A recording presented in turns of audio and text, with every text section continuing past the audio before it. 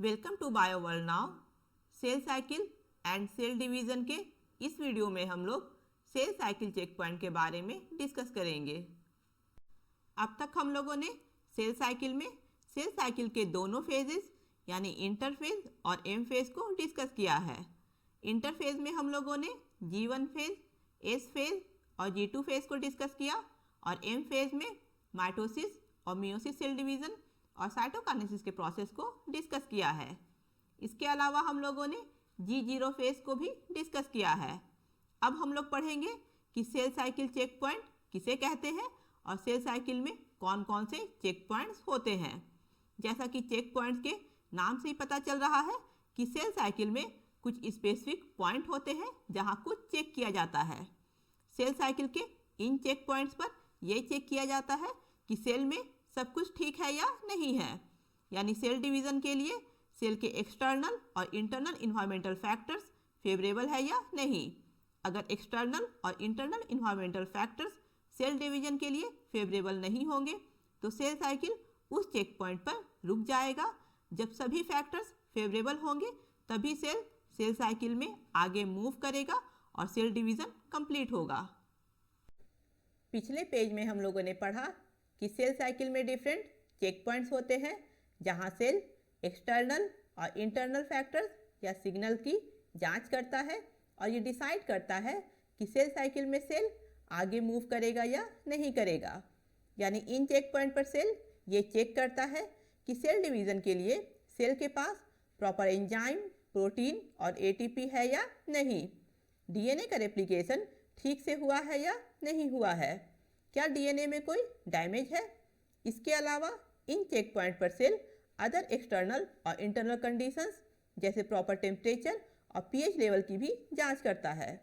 यानी जब सभी एक्सटर्नल और इंटरनल कंडीशन सेल साइकिल और सेल डिवीज़न के लिए फेवरेबल होंगे तभी सेल साइकिल कंप्लीट होगा और सेल डिवीज़न होगा। सेल साइकिल में मेनली 3 चेक पॉइंट्स होते हैं। फर्स्ट G1 चेक पॉइंट या G1S transition, second G2 check point या G2M ट्रांजिशन और थर्ड M चेक पॉइंट या spindle check point. M check point को मेटाफेज टू एनाफेज ट्रांजिशन भी कहा जाता है। इस डायग्राम में G1 फेज के एंड में प्रेजेंट है G1 check point, G2 phase के एंड में प्रेजेंट है G2 चेक पॉइंट और M फेज में प्रेजेंट है M check point. Cell cycle का फर्स्ट चेक पॉइंट है G1 check point. G1 check point को G1S ट्रांजिशन भी कहा जाता है क्योंकि G1 check point G1 phase के एंड में और S फेज से पहले यानी G1 फेज और S फेज के बीच के बाउंड्री में प्रेजेंट रहता है। G1 चेक पॉइंट को हायर यूकैरियोट्स जैसे मैमल्स में रेस्ट्रिक्शन पॉइंट कहा जाता है और ईस्ट में स्टार्ट पॉइंट कहा जाता है। G1 चेक पॉइंट पर सेल ये चेक करता है कि सेल डिवीज़न के लिए सभी एक्सटर्नल और इंटरनल कंडीशंस फेवरेबल है या नहीं। अगर एक्सटर्नल और इंटरनल कंडीशन सेल डिवीज़न के लिए फेवरेबल नहीं होगा तो सेल साइकिल को छोड़ देगा और एक रेस्टिंग स्टेट यानी G0 फेज में इंटर होगा। सेल G0 फेज में तब तक रहेगा जब तक सेल डिवीज़न के लिए सभी कंडीशंस फेवरेबल ना हो जाए और अगर सेल डिवीज़न के लिए सभी एक्सटर्नल और इंटरनल कंडीशंस फेवरेबल होगा तो सेल G1 चेक पॉइंट से आगे बढ़ेगा और S फेज में इंटर होगा और सेल साइकिल कंटिन्यू रहेगा। नेक्स्ट पेज में पढ़ेंगे कि सेल G1 चेक पॉइंट पर कौन कौन से कंडीशंस चेक करता है। G1 चेक पॉइंट पर सेल फॉलोइंग कंडीशंस चेक करता है। क्योंकि सेल G1 फेज से S फेज में इंटर होता है और S फेज में डीएनए का रेप्लिकेशन होता है, इसलिए सेल G1 चेक पॉइंट पर यह चेक करता है कि डीएनए प्रॉपर है या नहीं है।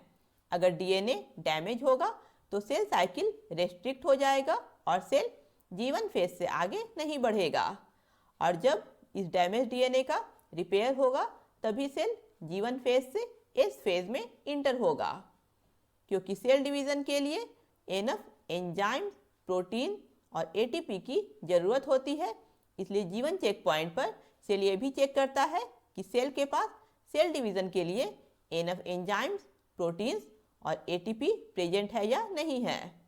इसके अलावा सेल ये चेक करता है कि सेल का साइज इतना बड़ा है या नहीं कि सेल डिवाइड कर पाए, यानी G1 फेज में सेल में प्रॉपर ग्रोथ हुआ है या नहीं हुआ है। G1 फेज के एंड में साइक्लिन्स प्रोड्यूस होता है। साइक्लिन्स एक टाइप का प्रोटीन है और ये CDK एंजाइम को एक्टिवेट करता है। CDK का फुल फॉर्म है cyclin dependent kinase. CDK enzyme G1 S phase transition को इनिशिएट करता है और S फेज में DNA रेप्लिकेशन को प्रमोट करता है। सेल साइकिल का सेकेंड चेक पॉइंट है G2 check point. G2 check point को G2M ट्रांजिशन भी कहा जाता है, क्योंकि G2 check point G2 phase के एंड में और M फेज से पहले यानी G2 फेज और M फेज के बीच के बाउंड्री पर प्रेजेंट रहता है।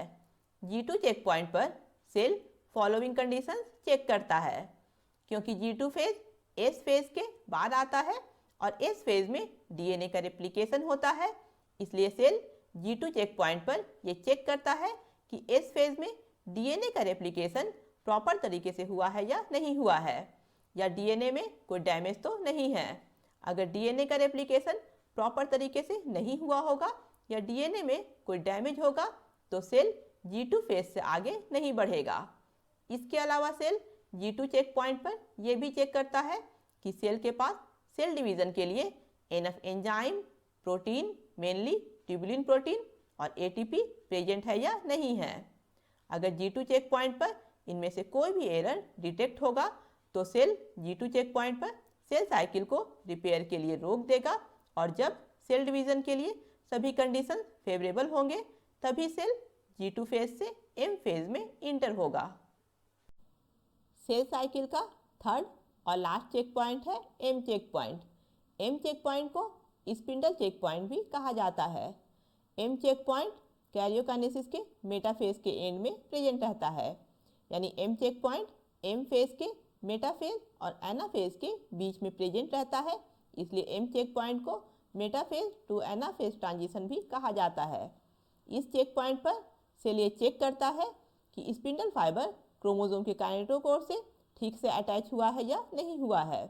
अगर सभी क्रोमोसोम अपोजिट पोल के स्पिंडल फाइबर से ठीक से अटैच नहीं होगा तो सेल साइकिल आगे नहीं बढ़ेगा, यानी सेल मेटाफेज से एनाफेज में इंटर नहीं होगा। सेल साइकिल और सेल डिवीजन का चैप्टर यहाँ कंप्लीट हो गया है।